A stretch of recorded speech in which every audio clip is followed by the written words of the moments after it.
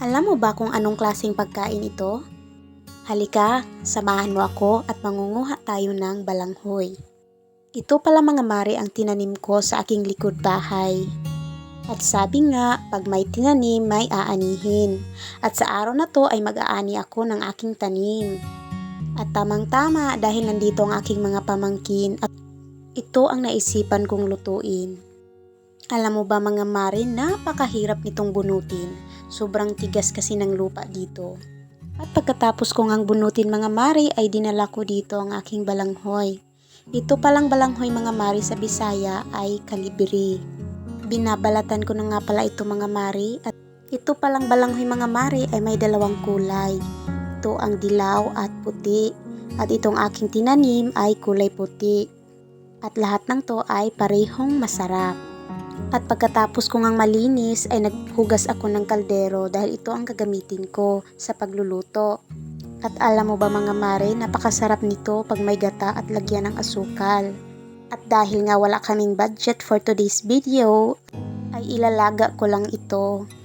Nilalagyan ko na pala ito ng sabaw. Tansya-tansya lang mga mare dahil hindi ko talaga alam kung gaano karaming tubig ang ilalagay ko. At kumuha na ako ng takip para ito ay aking takpan.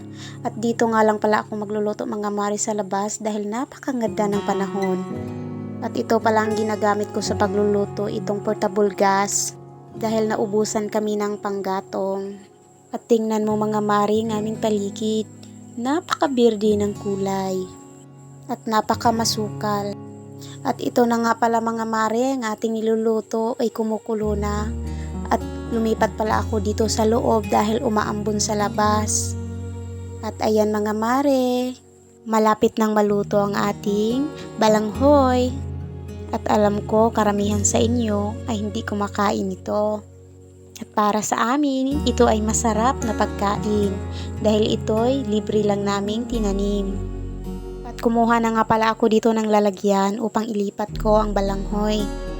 At kumuha pa ako ng isang plato para ibigay sa aking mga pamangkin na nandito sa amin. So ayan pala ang aking mga pamangkin mga mare, bumisita dahil naglalaro ng Mobile Legends. At ito namang isa ay busy sa kanyang ginagawa.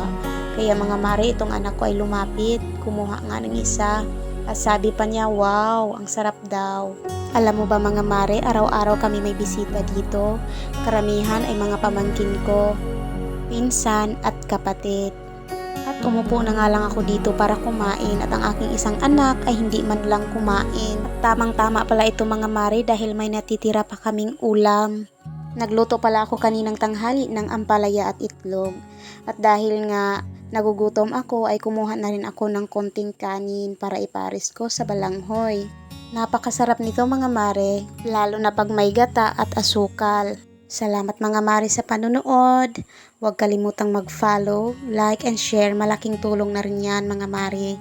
Thank you so much.